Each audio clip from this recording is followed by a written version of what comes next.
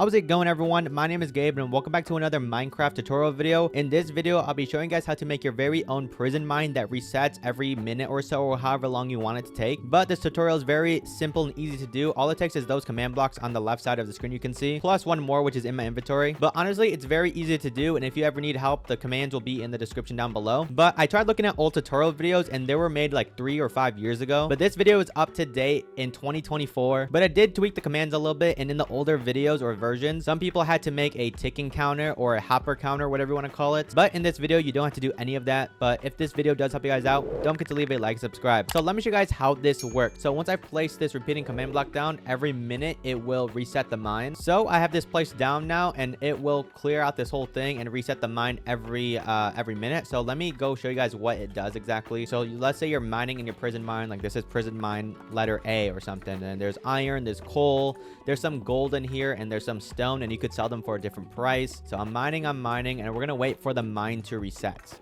And like I said, this mine will reset every single minute, and I'll show you guys the exact ticking speed you need for every single minute or every 30 seconds or whatever you need it to be.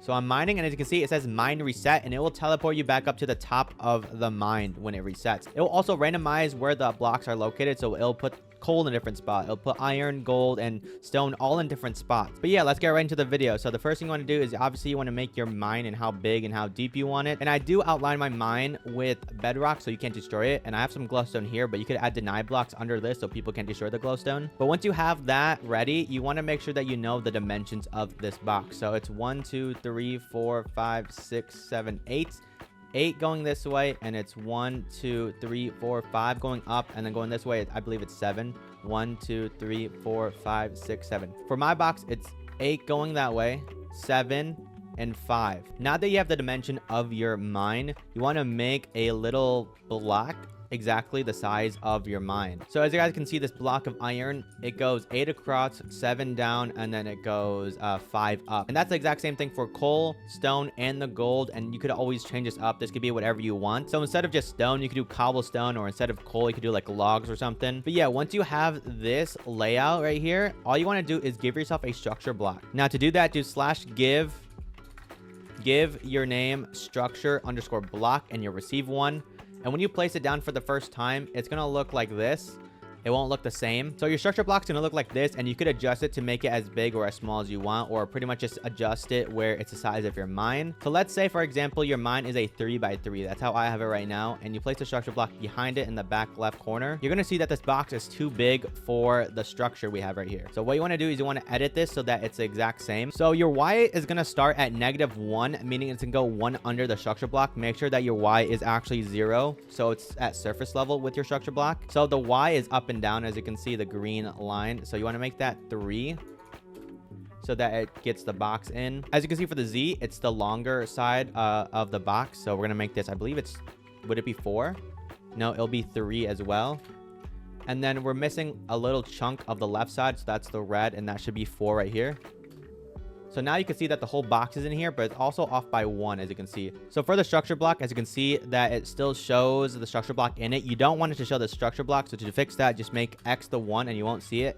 And then also you could do the size of this to be 3 as well. So it'll just be this cube, this 3x3 cube. So pretty much for your structure block, you want it to be the size 3 3 3, however big your cube is. Like I said, I made a 3x3 grass block, and the offset is going to be X1, which is pretty much hiding the structure block behind it. So make sure your X is 1, and then the other two, Y and Z, are 0. And as you can see, for the iron mine, I have 7 5 8, and the offset for the X is 1. And again, yours will be different however big you want your mine. It could be a 3x3, it could be a 4x4, it could be a 5x5, whatever you want. Just make sure that this structure block captures the whole thing, and make sure that this size is the same size as your mine, like the inside of it. And the thing you're going to need is a structure block that is all air, so make it the same size as your mine, but make it so that there's nothing in here. So like I said, my mine is a 7x5x8, and the X is a 1 offset.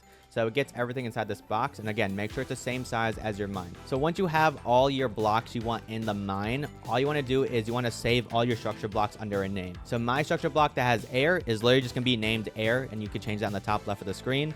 And then you just click save. And when you click save, it'll say structure saved, and then it'll say my structure : air. And you want to do this with every single block that you have. So for this one, I named this one just iron. I named this one coal, I named this one stone, and I named this one gold. And you want to make them simple and all lowercase if you want. Just make them so you remember them. And now we get to the command blocks. So let me place the command blocks down really quick. So these are the command blocks. And you might think that there's a lot of command blocks, but it's really not. It just depends how many items you want inside the mine. So what you want to do is you want to give yourself a command block. So do /give your name command_block and you receive one. And you want to just place some command blocks in a row, but make sure that your command blocks are all facing the same direction or else this will not work. If one of them is facing up like this, then it will mess up the whole command and it won't run properly. So the command block I have is 7 right now, but yours might be higher or lower depending on how many different ores or items you want in the mine. As you can see, I have one that clears, which is the air. Then I have one for stone, which is over there. Coal, gold, which is back there, and iron. So I have 5 command blocks that I need because I have 1, 2, 3, 4, 5 different structure blocks. So if you have 6 structure blocks, 7, make sure you add a couple more for those. Now what you want to do is you want to go to the first command block. This will be the clear command block, which it will clear the mine out and pretty much reset it for you. But this block's going to be a repeat, unconditional, always active.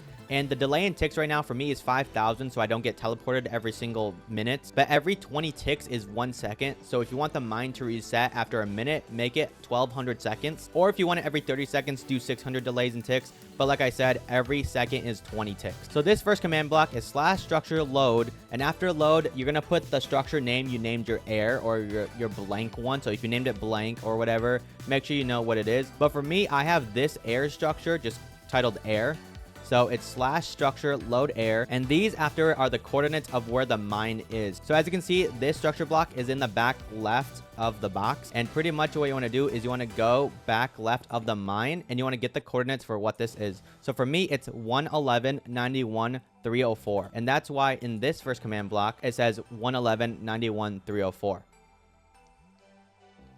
But yours will be different. But after that, it's 0_degrees, none, true, true, true, and 100. Now, what this first command block is doing is that it's clearing this mine right here every certain amount of time you want to put, and the 100 at the end means it clears the whole structure into air. Once I get done explaining all these commands, you will understand what the numbers mean. So this next one is stone 100, and it's a chain, unconditional, always active, and there's no delay in ticks here. Only the first command block will have the delay in tick. And this command is /structure load stone because it's the stone structure block that I have. Then you put the same coordinates where it is in the corner of the mine. So 111.91.304, 0_degrees, none, true, true, true, and 100. Now what the 100 means at the end of this command is that 100% of the stone in this structure block is going to spawn in this box. But you need the most common block to be at 100% so that it fills the whole mine up. The third command block is the coal.